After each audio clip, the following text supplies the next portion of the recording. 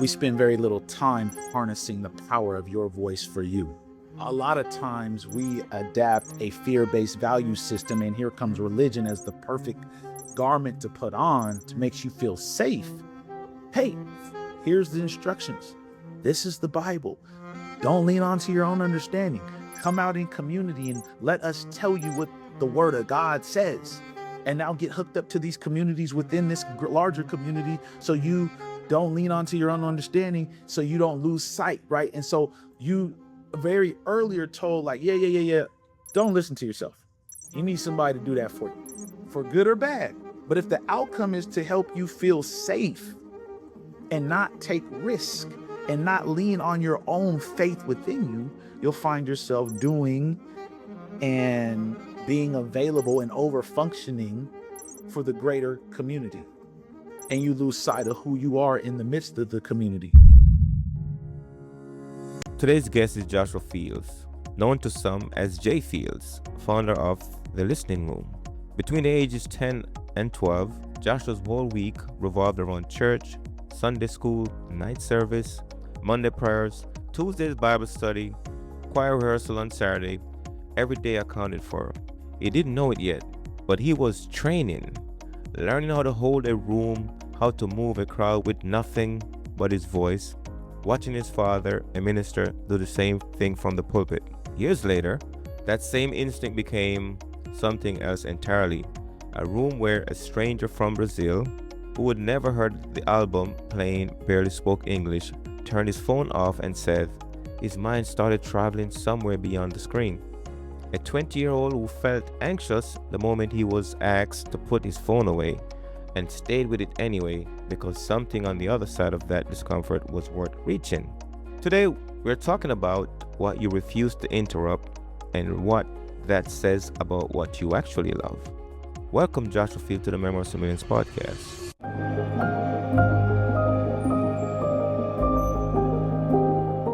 Jay Fields, that's what they call you, right? Yeah, that's one of the names that the streets know me by. The streets. Hey, listen. We brought a chat up, and I have this theme that I set up because I'm gonna run through a bunch of questions with you and get some of your thoughts and ideas. It's about what you refuse to interrupt. You can tell what someone loves by what they refuse to interrupt. I love a theme that you've been working on too, by the way. It's about the listening thing. And we're going to be able to talk about that because here's the thing that I discovered about the listening thing. I'm going to start with a story first, and then we're going to jump into everything. But, you know, I realized that listening to books versus reading books, I listen better because I'm less distracted when I watch versus when I listen. When I listen versus when I watch. So I know that I learn better when I listen. And you can ambush me when I'm watching something and get my mind chasing the rabbits. But when I'm listening, I learn better. So I realize that listening is the way to go for me. I can focus very good when I'm listening.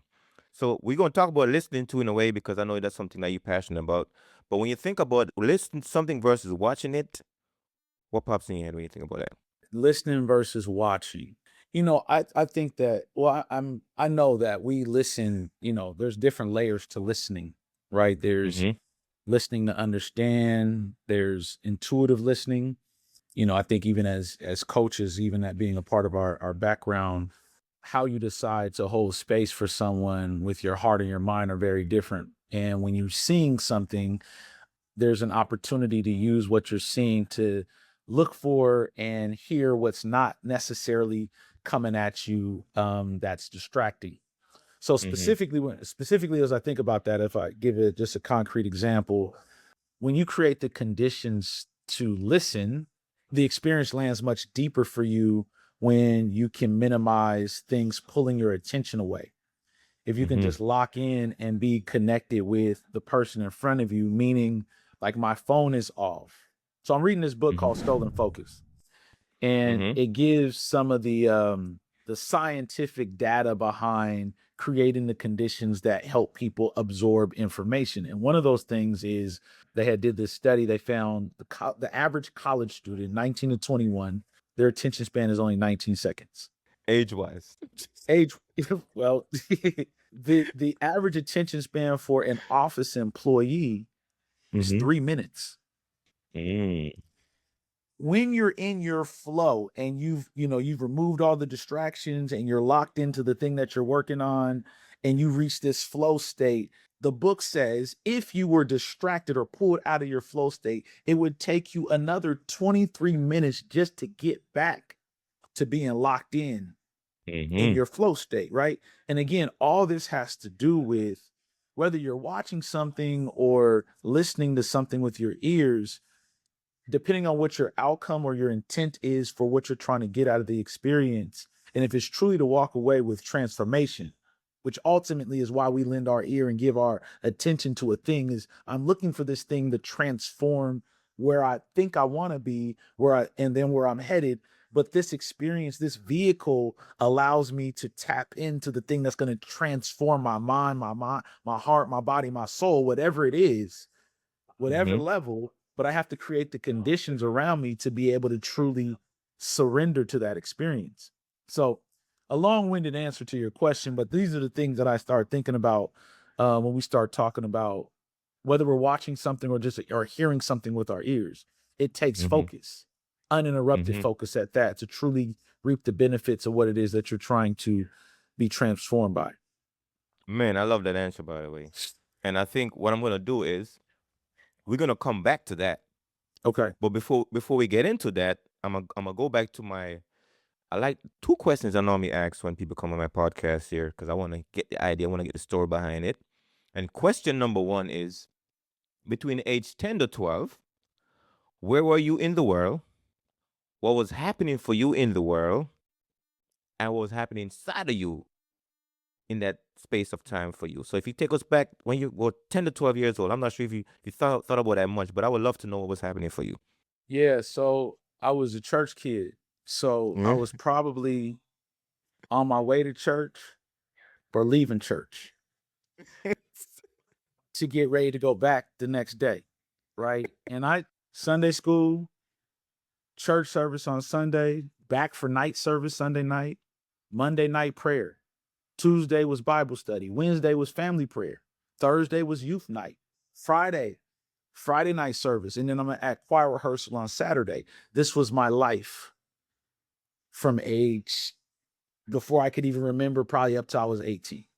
And so I think about the lessons that I learned in the regimen, right? Regardless if I'm deeply connected to that belief system today or not, what I learned is a chance to become uncomfortable standing in front of an audience, speaking on a topic, and learning how to get crowds to be galvanized by my words. I knew what to say. We knew the buzzwords. So I was really learning an operating system for Joshua to be Joshua, but it looked like, you know, being uncomfortable and learning how to develop my public speaking skills in a way that would create an emotional connection to the words that I was using. And this has played well for me throughout the rest of my life, whether I'm on podcasts, doing a keynote speech, hosting a listening room, being an MC or DJ in front of an audience, or facilitating a workshop. I learned at those ages between 10 and 12 how to move a crowd. My dad was a minister, so I got to watch him up close and personal use the emotional part of words to captivate an audience and get people to believe in something that was bigger than themselves. And so, anyway, that's what comes up for me when I hear that question. That's where I was at. Yeah, I was. That's where you was at. In the church. That was I was probably in the church service somewhere. Yeah, exactly. I'm glad you're enjoying the podcast. Before we continue, I have a gift for you. Since 2016, I have read and listened to over 900 books so far. It's going to be 1,000. And I organized them into a library and I handpicked the top 100 books I recommend to my clients, my friends, and the people in my community. Books on storytelling, language, and personal growth, and building something from your own life. If you're watching this podcast and you're looking for your next great read, this library is your gift. It is free. Go to asheralbertwright.com and check out the 1,000 book challenge. This is my gift to you. Now back to the conversation. A lot of us grew up in the congregation, the evangelistic energy of our forebearers. And it made me think about this other question, and that's about what is the kindest thing someone have done for you, either recently or over your lifetime? You could probably think of lifetime or recently, whichever you want to pick. But what is the kindest thing someone ever done for you? The first answer, the person that popped in my head was my wife. And specifically around the kindest thing that she does and will continue to do is listen to me. Yeah, without an agenda, without, and therapy has helped us have this open line of communication. Because oftentimes when people are listening, they're listening for, is what you're saying, like, how's that relevant to me? Mm-hmm. Right? What you're hearing is it gonna harm me? Is it gonna hurt me? Is it gonna, where am I at? We take a lot of things personal. And a lot of times, my wife and I've had to practice this. If there are things that I want to experience or do, or, even this journey I'm on as a creative, right? Building these experiences, it takes somebody that understands you because they've not just hear you, they've listened to what you're trying to do with your life, your life force, and they separate making it about them. Well, how is this going to impact me? This. Well, what does this mean for me? Not that conversation is not there, but to have somebody give you the space because they've heard you, they understand you, they're much more willing to take a risk with you, accept you for where you are, because they're inquisitive and curious about who you are as a person. And we lose that a lot of times because we make a lot of things, and I'm gonna make a general assumption here, but oftentimes our buy-in level is, oh, how is that going to affect me? We make it about ourselves before we let the other person just be seen. And having a partner that understands this isn't about me, this is about what they are, and right, and be able to return that favor, you get much more accomplished because the lines of communication make space for the container to expand beyond just, I'm just listening for the part that affects me. And if it doesn't, if I don't like what I'm hearing, I'm completely shut off to it. Now I've shut off to your idea and I'm shut this person off because I'm not interested in hearing what they have to say, because whatever they're saying might not be what I want to hear. And so the kindest thing we can do is be clear, but you also have to have somebody willing to listen to you so you can be clear in your communication, so you can expand the relationship beyond, well, I'm going to play small here. I'm not going to ask for that. I'm not going to mention that because this may this and that may that. And so now we're living this very surface level relationship that doesn't have a lot of depth because we're too worried about stepping on each other's toes, not saying the right thing, being rejected, right? These are really basic human fears. If I'm fully expressed to the people that I feel or I want to have safety with, will this alter our relationship? Will they turn me off? Will they cut me off? Will they not like me anymore? And so we spend a lot of our time, and again, nothing wrong with it, but we spend a lot of time checking for safety to be ourselves. And if we run up against a situation where we're not, we immediately retreat and play small. And you're not going to find the people that love you on a deeper level or that want to support your business or whatever if you're constantly playing small so you don't do damage or take up too much space, and you withdraw, you avoid confrontation. And in short, I just believe the more fully expressed you can be to the world, the easier it is for people to find you. And the people that find you can really anchor and lock in with you so you can move forward together without judgment and go do the amazing thing that you've been sent here to do, because our time is limited. We don't have forever. So spend it being more of you than spending it being less of you in hopes that you'll be accepted and not rejected. So anyway, that's the kindest thing my wife and I have done is allowed ourselves to be as fully expressed as we can be. And that comes with being honest and transparent. If you're enjoying this podcast right now, I've launched a platform, memoirs.com, where I help authors, former authors, or people that want to be authors, write their book, publish their book, format their book, edit their book. It's a whole one-stop shop for your book journey. So go there to memoirs.com and check it out and see you on the inside. And with that said, we're gonna play the Maxim game. Okay. No, the Maxim game is where I would read off a good line, right? And I have the inversion of it, and I would love it's go goes after storytelling. So I would love for you to pull out some stories in your history and your past, either stories or vision, one of the two, right? Just kind of wrap into this Maxim game. So I'm gonna read the first one here, and I would love to get your whatever pops in your head. I want you to share that with us. And the first one is: you can tell what Mm-hmm. someone loves by what they refuse to interrupt. An inversion of that is, flip it over. Somewhere a friendship is still waiting on the call you decided not to take. What pops into my head on a personal level? Yeah. The first thing that comes up is I had my dad used to tease me about this. He was like, "Man, all them friends you got when you guys get older, you're not gonna stay connected like that." And there was like Hmm. a band of us. There was like 6 or 7 of us, and we all grew up together, primarily from middle school on, and we spent, a good into our 30s connected. And for whatever reason, we're not that way Hmm. anymore. And Hmm. I've heard things through other friends and like, well, so and so said this, and so and so thinks this about you. And I'm like, well, I didn't even know I was a problem. Right. There's just been a huge lack of communication between us because we're not listening. We're not Hmm. holding space to be seen or heard. We've taken maybe communication or even acts against each other personally. And, that's led to a lot of silence, a lot of avoidance of some difficult conversations that we probably need to have. And so when you say that, I think of we can say we're busy, we're this, we got that, family life and all that, but we make time for what we want to make time for. And if we have a story in our head that makes us feel like we got to be vulnerable, or maybe I got to own something, or I'm not ready to confront the answer about why I haven't stayed in relationship with someone because of I don't like the way it sounds when I say it out loud. And I don't want to be seen as weak, especially among men. Hmm.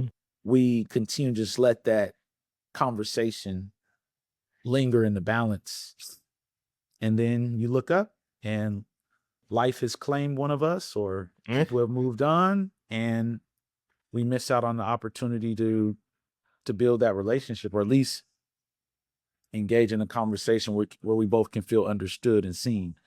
And so I think, yeah. And you still love those people. You want to see them win. And at the same time, things do change. People do expand and outgrow each other. And sometimes that conversation in the outgrowing of each other goes unsaid. And people oftentimes will fill that unsaid part with negativity. Oh, they think they this. They think they're that. They didn't got so big, or they didn't whatever. And we don't know we're all typically fighting the same fight around what's our value, what do we mean to people. And so anyway, I could go on and on about that, but that's what comes up for me. It's interesting that you mentioned the outgrowing, because if you imagine a car, right? The car has four tires on it. Then you got a spare tire in the back, and every now and then you gotta switch out tires, right? So like people in your life that eventually one of them tires is gonna run low. I gotta switch it out, and that might be a friend like, hey man, you've came this far with me, but I gotta put on new tires. That means I gotta leave you behind, or I gotta move forward without you. But we only have so much room for the people we have to run with, right? You might be my spare tire. I'm gonna pull on you when I need you, but right now I know I got you. You in the back, but the four tires that's keeping me going. Those are the four people I'm rolling with. So then we just gotta understand that not everybody get to come with us at a certain season of my life. Like, hey, you're my tire for this season. Next season I need new tires. But don't feel certain kind of way if I decide to switch tires out and people don't feel good about that. What are your thoughts? I think that, again, if we can even get even above it, to your point, you're meant to change and evolve, and you can't use the same set of tires that you began to drive your car in. It is the design for change to occur.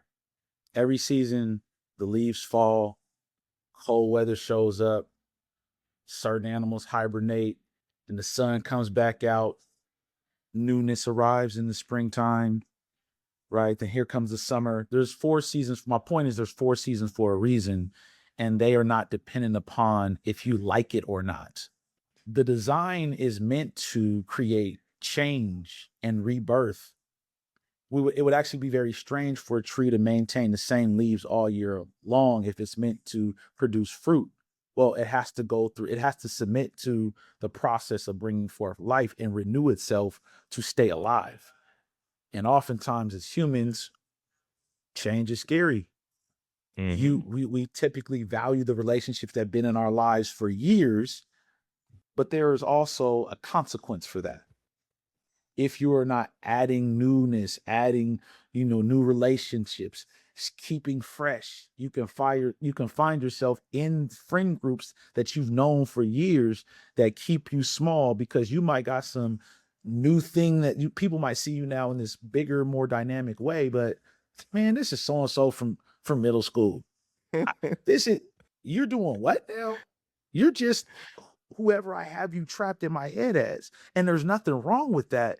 But you also need to encounter people that see you where you are today versus keeping you in a relationship where everybody that's around you remembers when you weren't who you are today. And that comes with, well, I can't see you in your fullness because I got you locked into 21-year-old, 22-year-old person that is no longer alive. That version of you is long gone.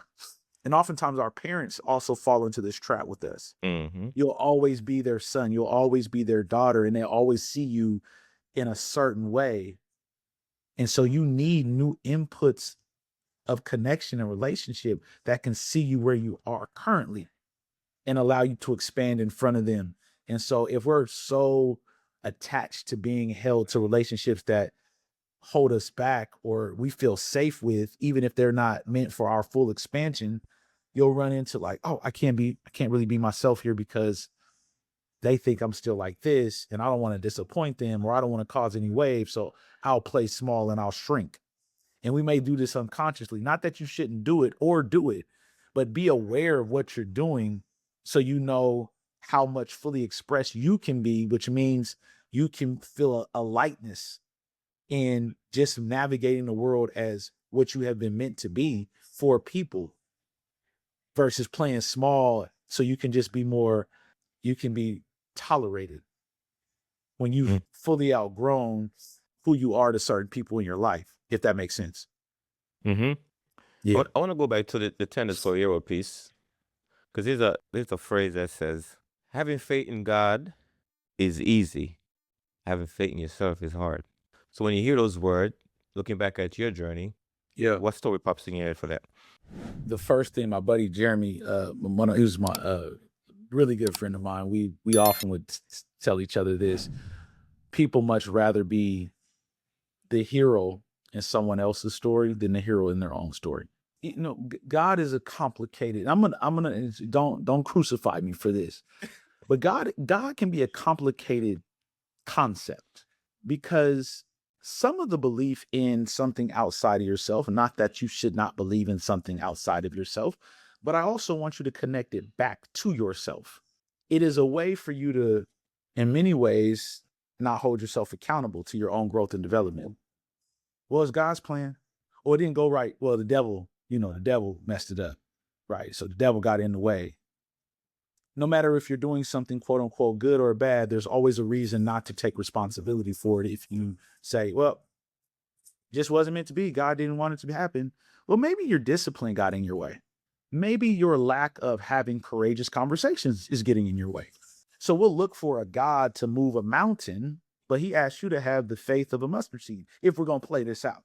Because the faith of a mustard seed can move a mountain. It didn't say Mount Everest. It didn't specify how big the mountain was. It was your faith, meaning faith in your ability, because you're complete. There's nothing missing. But if I tell myself something's missing, I don't have what it takes to make it. If something gets in the way, it's the devil. If I can't get it done right, I have a lack of faith in God, right? And so we keep giving ourselves all these outs to be doing nothing. The empowering message is your faith moves a mountain. So if the mountain isn't moving, what's going on with your faith in you?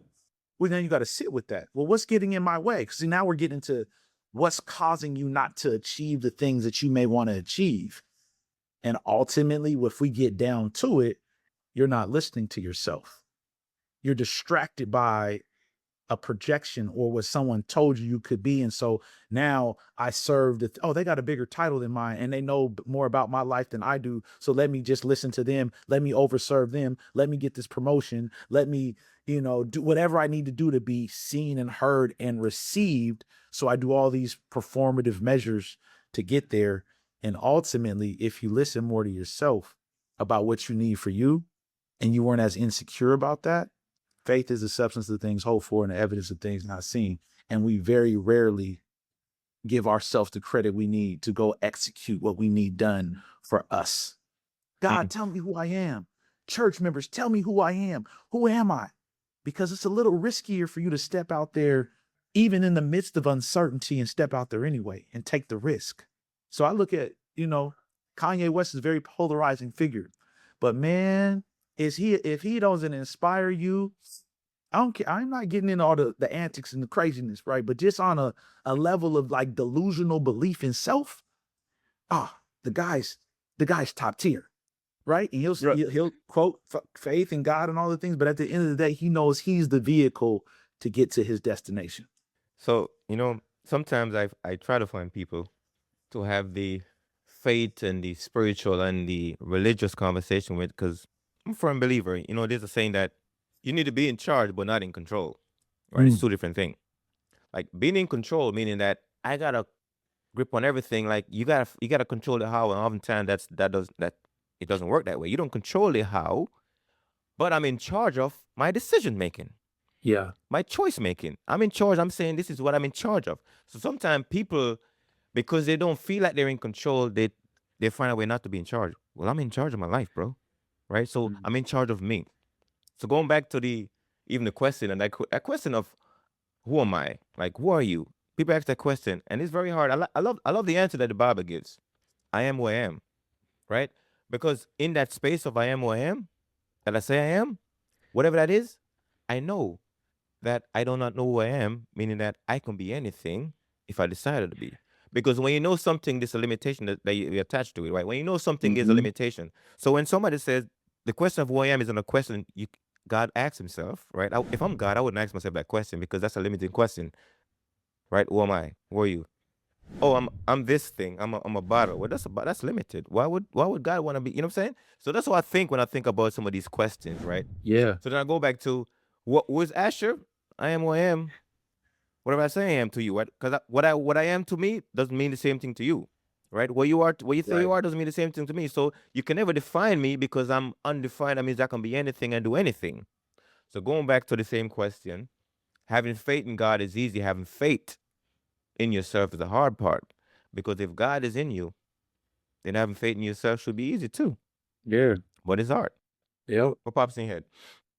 Yeah. If God be for you, who can be against you? Right. Some of these scriptures come up from my childhood, and there's this what else comes up for me is organized religion and your personal relationship with God, which ultimately is a personal relationship with you because you are connected to the Creator. We spend very little time harnessing the power of your voice for you. A lot of times we adapt a fear-based value system, and here comes religion as the perfect garment to put on to make you feel safe. Hey, here's the instructions. This is the Bible.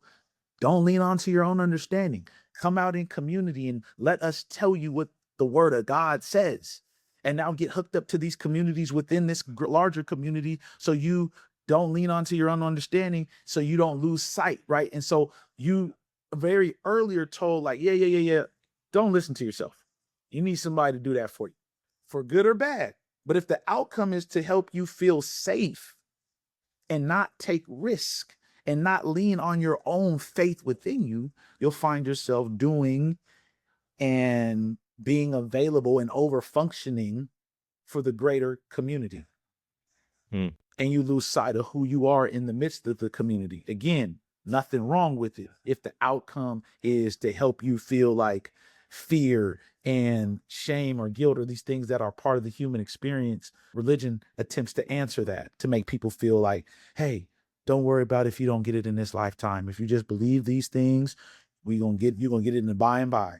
And I'm not here to knock the faith journey or the faith community, but there is a very interesting part of that experience that doesn't integrate your voice, what you want to experience, the light that you need to shine that attracts people, right? When we get outside of, is it okay to be me? Is it okay to step out here and take a risk? Right. But the creatives, the entrepreneurs, people that are like, wait a minute, there's a call inside of me that's going to come beyond just everything going to be neatly packaged because I say I believe in a higher power. Yeah. And you're going to have to work to be able to create this life or this thing that's in you. And it's not just going to come on a flowery bed of ease. You have to take a risk to be more of who you are for you. So people have an opportunity to find you and also reject you because you're not for everybody. What profit a man to gain the whole world and lose his soul? Well, if you're everything to everybody and everybody speaks well of you and there's no strife, you're not polarizing, you start to question how genuine a person is. Who are you doing this for? Is it just to be received so you can reduce your fear and anxiety around being rejected, which is oftentimes the experience that we face by trying to be ourselves publicly, right? And so my point in all this is that as you develop the muscle to be more integrated for you, the people that are meant to find the you set people free to be more of themselves.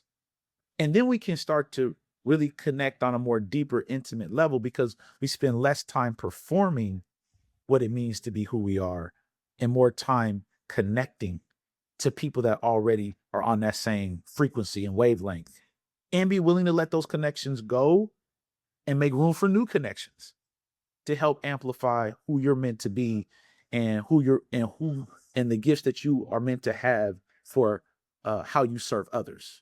This episode is sponsored by Life Changing Wisdom Marketplace, the home for authors who own their stories and their business. Your book, your merch, your audience. One storefront, you keep 80%, you own your customer list. You build a real relationship with the readers. If that sounds like the way you want to run your business, visit lifechangingwisdom.com. All right, we're going to transition because I want to ask you about the listening room concept you've been working on but before I ask that, I want to tap into this question first about what is it that you are teaching people today, or what is it that you are teaching yourself today when it comes to listening? The biggest lesson is so the listening room is an experience where we use music as the vehicle to help people have deeper, quieter, less distracted conversations with themselves. Now, how we do this is between the music and the prompts that people get in their journals, there's questions that help conjure up thoughts for you to sit with yourself. So the biggest lesson that I've learned is creating the conditions to make that possible. I'm not going to transform you. I don't have an answer for you. I'm not going to tell you what to do, but I am going to invite people through the listening room. The experience of that is creating the conditions for people to be able to do that for themselves, because that's who needs to do it. So I'm going to ask you to turn your phone off during album playback. I'm going to ask you that you've heard this album, but I'm going to ask you to sit with it in silence without doing a bunch of like, hey, it's a party. Hey, ooh, who's that? We're here to let the music be the vehicle that drives you back here. And so when you submit to an experience that asks you not to perform, to remove and minimize the distractions, all what's left is you and your voice, which is so rare to be able to tap into because you are powerful and complete and enough. The problem is that we have so many distractions that interrupt our thoughts between our mind, body, and soul. We don't spend enough time pulling our own power out of the basement, pulling our own gifting, our own insights from our lived experience up to the light to be consciously considered. Because I got a 3-year-old, I got a 9-year-old, I got to get somebody basketball practice. I don't want to be a bad parent. I want to do differently than how my parents raised me. So I got to be everything to my kids. And, I got to make sure that they're in the private schools and they have this and we got money for that. And we got to go on family vacations. And man, I got to be excel at my job. I got to do all these things, all this over functioning, nothing wrong with it. But how do you quietly rebel against a society that's constantly telling you, yeah, still not good enough? Well, so-and-so's doing that. Are your kids doing that? If they're not, they might get left behind. So let me go over function and overwork to try to accomplish this story in my head. That's not real, by the way. But if I believe it to be, I exchange my authenticity. I exchange my vulnerability for performance to be able to continue this show to make sure everybody thinks I'm okay. Look at me. Look at what I'm doing. Look at what we're achieving. Look at where we vacation. And we just spend very little time with ourselves. And so what makes the listening room also powerful is I'm bringing people in to be with self in a community. So when the listening is done, use your journal or not, you've consciously considered your thoughts or not, we have a guided reflection where now everybody that has for the last hour have been with this album, have journaled, have thought, have had this quiet conversation. Now we get to hear from each other. Oh, damn, you too? Oh man, I don't have to worry about the show. I just get to connect with a human that's on that same wavelength as me. And this doesn't have anything to do with the money you earn, the degrees you have, just on a human level. I'm over functioning for love. You too, huh? Yeah. I just want to be me. There's this idea I want to have and I want to bring it to the world. And I want to do this. Well, let's connect on that. So we remove the barriers and the things that interrupt human connection. But first, I invite people to connect to themselves. And that process takes some time because there's an urge to want to check your phone and to scroll and to get a thing done and to send the email, whatever it is. But when you come to the listening room, you're saying, I can abandon all these distractions just for a moment because they're going to be waiting on you when you get out of there. Trust me. But for a moment, I've rebelled against what it means to be distracted, not only from the people in front of me, but being present with myself. I'm going to consciously decide to submit to an experience that allows me to tap in to me and my voice. The music is just the vehicle to get me there. Welcome to the listening room. Okay, I hear it and I like it, by the way. I was thinking about the concept of just quiet listening, making the space for people to come back to their ears, their hearts, their mind, and find somebody that, because I think I'm assuming what happened in the process is when after the experience happened, you can tell me if I'm off or not, but I'm gonna guess before you tell me, right? Is that I'm sitting here and you agree with how I feel, but might not agree with how I think. But when I share how I feel, like, I was feeling the same thing, but I might not thought about it the same way you did. So what is the experience that people are having once they sit down quietly, receive the beat, the rhythm, and then start sharing? What's popping up for you guys? Once the experience has been experienced, oftentimes people describe it as a hug for their nervous system. Mm. One guest said they felt like they just left a spa. I've had another person say it feels like I was able to just exit my earth suit for a minute and transcend. This last gentleman, he was from Brazil. He was at my Maxwell listening room, hadn't heard the album, didn't speak English that well, but was there with a friend of his. And he goes, because my phone was off, I wasn't limited by my experience by scrolling, right? Because when you scroll, you're held captive by the screen.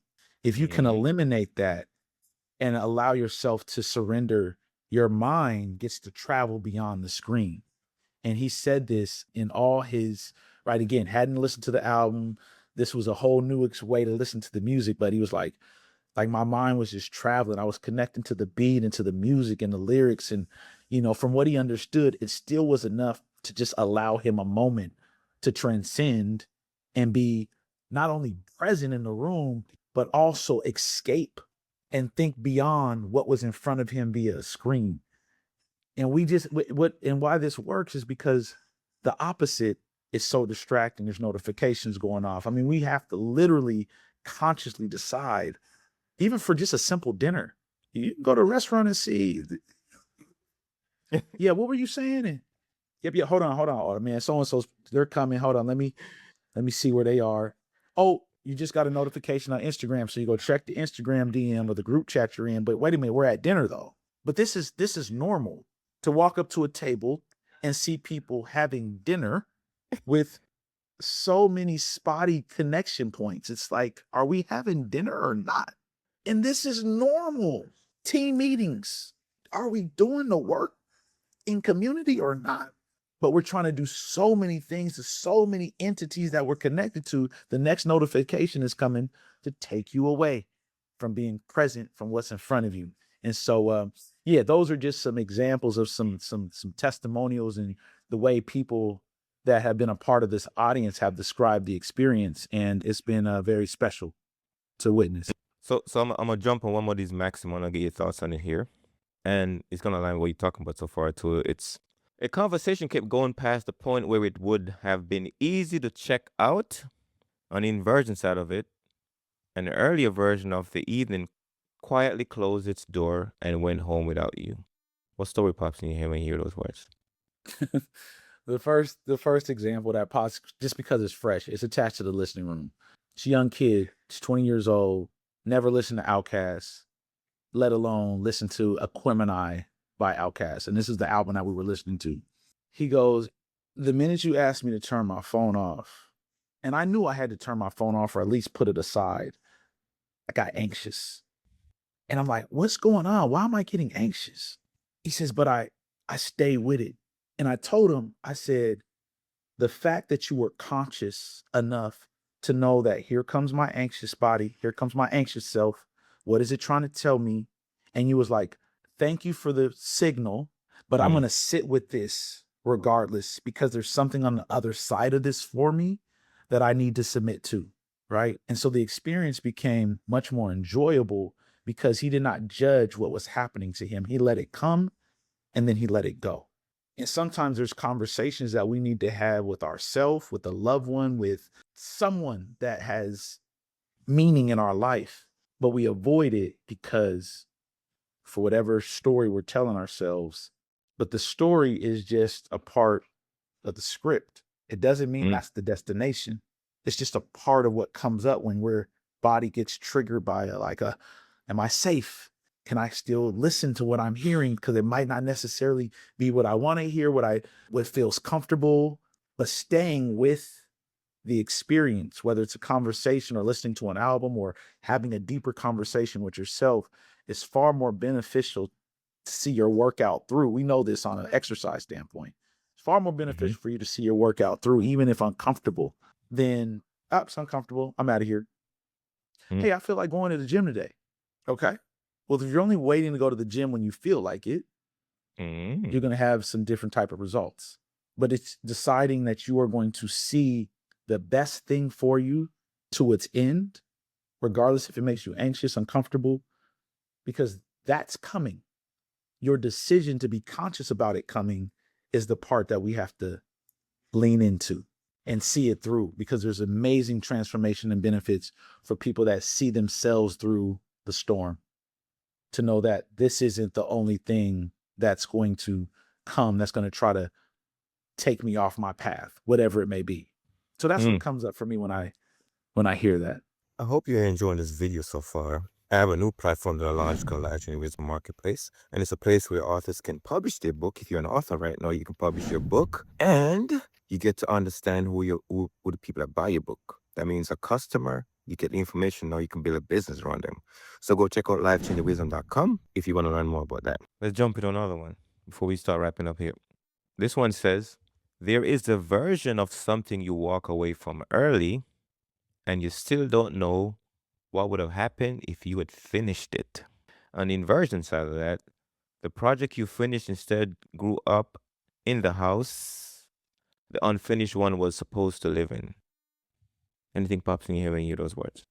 I think the first thing that comes up for me is, especially as a creative, we get inspired by A lot of different things. I mean, even now, I have not arrived.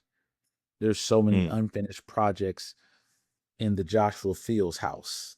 And without judging it, sometimes this is just very appropriate for you to get to the thing that you want to renovate or you want to finish building. Even the great pyramids in Egypt, they didn't automatically like, oh yeah, that Mm. wasn't their first set of pyramids. If you get down the Nile River and work your way from the south to the north, you can find versions that were attempts at Mhm. creating something grand before you get up all the way up to Cairo. There's smaller versions. There's a little bit like unfinished, not quite as grand, but that's the process of life. But when you're conscious of your growth and development, you won't judge and give up on yourself because, man, I did a Mhm. thing and I didn't see it through. Well, hold on, slow down. You're in your creative flow right now. But if you judge it prematurely, well, bro, I planted the apple tree. Why didn't I eat apples right now? Mhm. Because the tree has to germinate in the ground and roots have to take place. And then you got to water it. Then you got to nurture it. But if you're expecting to eat the fruit the same day you plant the seed, I got news for you. You're going to always be encountering unfinished projects, unfinished parts of yourself. We judge ourselves and we put an immense amount of pressure to produce something perfect with very minimal effort. It is the Mm. process of the effort. It is the process of starting again, stopping that creates the beautiful tree that will come to fruition if you see it through. And I think that message it hits home for me because the listening room idea I had for years. And I'm not Mhm. the creator of the listening room. There's tons of listening rooms across the country, across the world. My version of it, the way I make my hamburger, got some different toppings on it. Now you can go to McDonald's, you can go to a great steakhouse, you can go to In-N-Out, you can go wherever you want to go to have a burger. Burgers are being mass produced, but your burger is unique to the experience that you want people to have when they experience what you're creating. Mm. Oh, so and so did it before me. Now I can't do it. No, you're giving yourself an out because the way you will do it for you and your audience is much more meaningful if you see it through and not give up on what it is that you have to reveal to the world. Mm. So anyway, I think through we can abandon ship prematurely because we've decided that what we've created isn't good enough for the world to see. And that may be true, but don't give up on it because you think you're not good enough to produce it. That is a fallacy and a story that will always stunt your growth. All right, we got a few. I got five rapid fire question, but before I jump into that, I got one more question for you because I think it's kind of good to understand, different people motivation and stuff. And I think there's a saying that said, there's two ways to motivate a mouse: whiskers or cheese, right? Whiskers or cheese. Either get motivated by the cat or the cheese. But I want to understand what are you motivated by, the whiskers or the cheese? If you had to put yourself in that category. The whiskers or the cheese. If I'm being 100% real, I think Mm-hmm. there are times where both are a part of your system of motivation. I think about Michael Jordan, how he would in The Last Dance, a part of his competitive drive came from manufacturing enemies on the court Mm-hmm. or taking, oh, they gave Karl Malone the MVP. I was the MVP. You gave it to him, bet, say less. I'm about to drop 50 on him. Right. But he would manufacture, and it's a really powerful way to create a competitive edge within you. Like that might not have been true, may have been true or not, but he found ways to constantly motivate himself so he stayed at the top of his game. And then Mm-hmm. there's times when he just kind of laid back and played. Yeah, this is about more of the team. I want to get everybody involved here. And so I think I don't think you throw any of it away. I think there's times when you're motivated by the cheese and you're motivated by the whiskers, but you are in control, conscious control of what Mm-hmm. a motivation about how that motivation impacts you and what you decide to do with it. And so the larger question is, or the larger insight here is, how conscious are you about the things that you use to motivate you and giving them proper boundaries so you don't burn yourself out trying to take Mm-hmm. everything personal and you're not just so disconnected and high level. It's like, yeah, I just want everybody to win and you got it. You take the shot. You got to know for Mm-hmm. yourself when no, I got this. I got it. I know you're gonna be pissed off, but I need to shoot this one. Oh no, Mm-hmm. no, I'm good, baby. I'm good. You're open, man. You been hitting your jumper all day. Let me kick that ball to you. Right. So there's just a different mentality that calls for different things. But the deeper you know yourself, you'll Mm-hmm. know when to make the appropriate conscious choices about what's motivating you and how beneficial that source of motivation is for you. Right. Because if you're constantly motivated by the cheese, you're going to burn yourself out. You're going to destroy your creative process because short-term strategy, but has long-term impact. And so you got to Mm-hmm. know how to consciously use that fire to motivate yourself appropriately. And again, this is all about how do I deepen my relationship with myself so the decisions I make are in true integration and alignment with how I live, how I show up in space. And that comes from taking risk. That comes from messing up a few times and receiving feedback and being rejected and being, not everybody's favorite. At some point, you got to learn to be okay being you and let the consequences that come with that just be. All right, rapid fire question. Number one is a TV show or film you found yourself returning to lately. Man, I'm a fan of just watching the Ocean's 11 series. Mm-hmm. And the reason for this is I love the fact that there's a team of people and it's a little bit risque because they're technically thieves. But I love a good heist movie. See a bunch of people trying to get something done that they ain't really supposed to be doing and they get it done. So, so what you're really saying that you like to see people break the rules that doesn't serve them. Oh man, yeah, brother, that hit hard. Yes, sir. Love to see that. Love that. Next one, three books you'd recommend to a friend right now. Yep. Sex at Dawn. The author's Christopher Ryan. Sex at Dawn. Great book. Civilized to Death. Amazing book by the same author. And Ego is the Enemy by Ryan Holiday. I like those two. Number four here, a product or tool you've been using that's been a game changer for you. Oh man, we can't get away from these robots, bro. Between ChatGPT or Claude, I'm enamored. And this is what I think. I tell my buddy this all the time. We, elder millennials, folks that are born in the early 80s, mid 80s, we grew up with so much. We saw the change. We grew up without the technology. And Mm-hmm. now to be able to still have the creative and critical thinking that comes with not necessarily having all these tools available to you, I think we're in the best position to be able to rightfully use these tools so we can speed up our creative process, right? Have it Mm-hmm. pressure tested in a way. I just think that's just, especially for that sweet spot of the human experience, those that are in this generation, I think, man, if you with your critical thinking, I'm saying that again, with your critical thinking, and be able to add a big data machine like these like Chat GPTs of the world can really accelerate whatever idea that you want to bring into the world and help just speed that process up. So I've been enamored with all these robots that are helping us refine and reveal who we are because ultimately we created the robot. And if you're critically thinking about how to use the robot to amplify yourself, I don't see nothing wrong with that.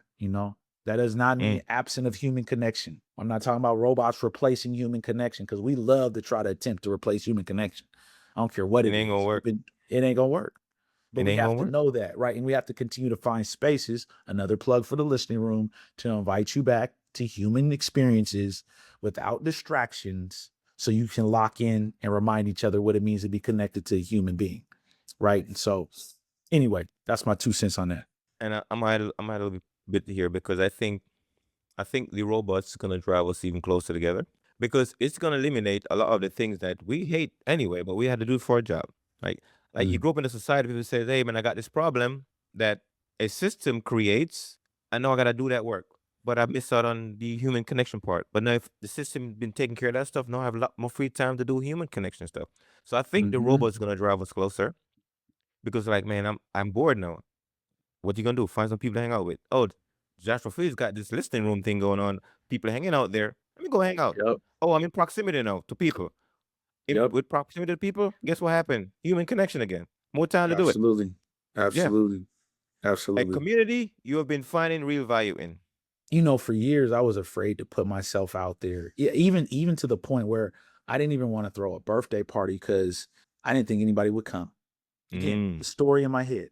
Now I've had multiple, I mean, we're up to our 15th room and it's a ticketed event and I have brand partnerships and I'm connecting with people all because I just decided that I wanted this experience to be witnessed by others. So taking the risk to put Mhm. Joshua out there, this product that is this experience that is includes my church upbringing, my wedding, the venues that I have access to for my wedding business, and the flow of things. It's like all these parts of me get to just be on full display, and people coming out and investing in that experience has just been, oh man, it's just been beautiful. And so I'm really energized by my own experience that I created, not just for others, but I need it for me. Mhm. I need it for me. And it's been beautiful to meet people. I've had, I had just a wonderful massage and spa experience by somebody that was in my room that was like, "Hey, I want to come your experience, you come try mine out." And then I'm meeting people that are just on the same frequency, but it started with me taking a risk to be like, "Hey, this is Joshua Fields. It's polished, it looks nice, but this is an unapologetic Joshua Fields experience. I just happen to call it the listening room. But this is how I listen to music. This is how I grew up listening to music." Now we start to add these wellness aspects, these, deeper, with the journal and, just receiving feedback. And it just feels reciprocal. What I give, I Mm. get out and it feeds me in a way that coaching and DJing just haven't been for me. This has been very special to produce and to have the world be a part of as I'm building it. Last question. Your Mount Rushmore, right? 3 to 5 people that has been most influential in your life, and they cannot be your family members. I would go Jay-Z. I'd add Christopher Ryan to that, the author that I mentioned earlier. My buddy Jacob Mitchell, another friend of mine, Jeremy Rubin. And to round out the fifth, I will add Common, the MC. Mm. Yeah, he was a large part of my but hold on, Common, but there's also he was connected to a professor I had. There's another one more that's coming up for me, Ronald Hobson. He was a professor Mhm. at Howard that he what Common's conversation led me to Howard University, specifically Mhm. the song God, Gaining One's Own Definition, which is a song on his One Day It'll All Make Sense album. That really in my youth really helped break apart how much weight I put on the church as being the only vessel of information that I could receive from. It was like, there's one line in particular, it's like, Quran and the Bible, to me, they're all vital. And to me, that was like, wait a minute, what? There's other spiritual books that I can get insight from. And he's just making space for the Quran and the Bible. For me at that time, that was just like, is that okay to do? Is that okay to think outside the box? And that sent me down a whole rabbit hole, brother. So, yeah. So I think I had 6 on there, but you get it. I'm gonna close by saying this. It says only smart people read books, and the other part of that is, so only smart people read books. Stupid people just don't have the time. They're busy watching TV or whatever, right? But I think I heard Myron Golden say that. But it's important because the reading of multiple texts Mm, shift your perspective on the angle that you look at life with. And oftentimes when yeah. it says, I can only read from this box, it's like, nah, bro, the world is too big and life Yep. is too large for me to be so focused on only one thing and don't have experience of other things. So, yeah. What is your biggest takeaway from this entire conversation, if you had to share? Our biggest takeaway or giveaway? The biggest takeaway that I'm walking away with is an appreciation for someone that I look at. When I look at you, I feel like I'm looking in the mirror. You're always on the hunt to find the gems, the things that people need to connect on, right? Whether to me, you were just this beautiful example of like, I got an idea, let's go make it happen. Maybe it worked, maybe it didn't, but that doesn't stop you from like you are literally not just the pursuit of happiness, you are the pursuit of greatness and you're Mm. inspiring. And so I walk away with just being thankful that I get to look across someone that looks like me, that is driven, that is finding creative ways to be fully expressed. And it's refreshing. So that's probably the biggest thing that I walk away with is gratitude and appreciation to help support, be a part of whatever it is that you're trying to do, because I know it's not just about you. Mm. You're using your vehicles to get people en route back to themselves. You're complete. You're powerful. Go do it. Figure out a way to go be the best version of you. And yeah, anyway, man, that's the thing that I walk away with. Bro, I appreciate the words, man. Yeah, I appreciate the word. The grind is real, but I appreciate the words. Absolutely. Absolutely, brother. All right, Absolutely. folks. With that, make it an utterly, utterly fantastic day. And don't forget to subscribe and like and share.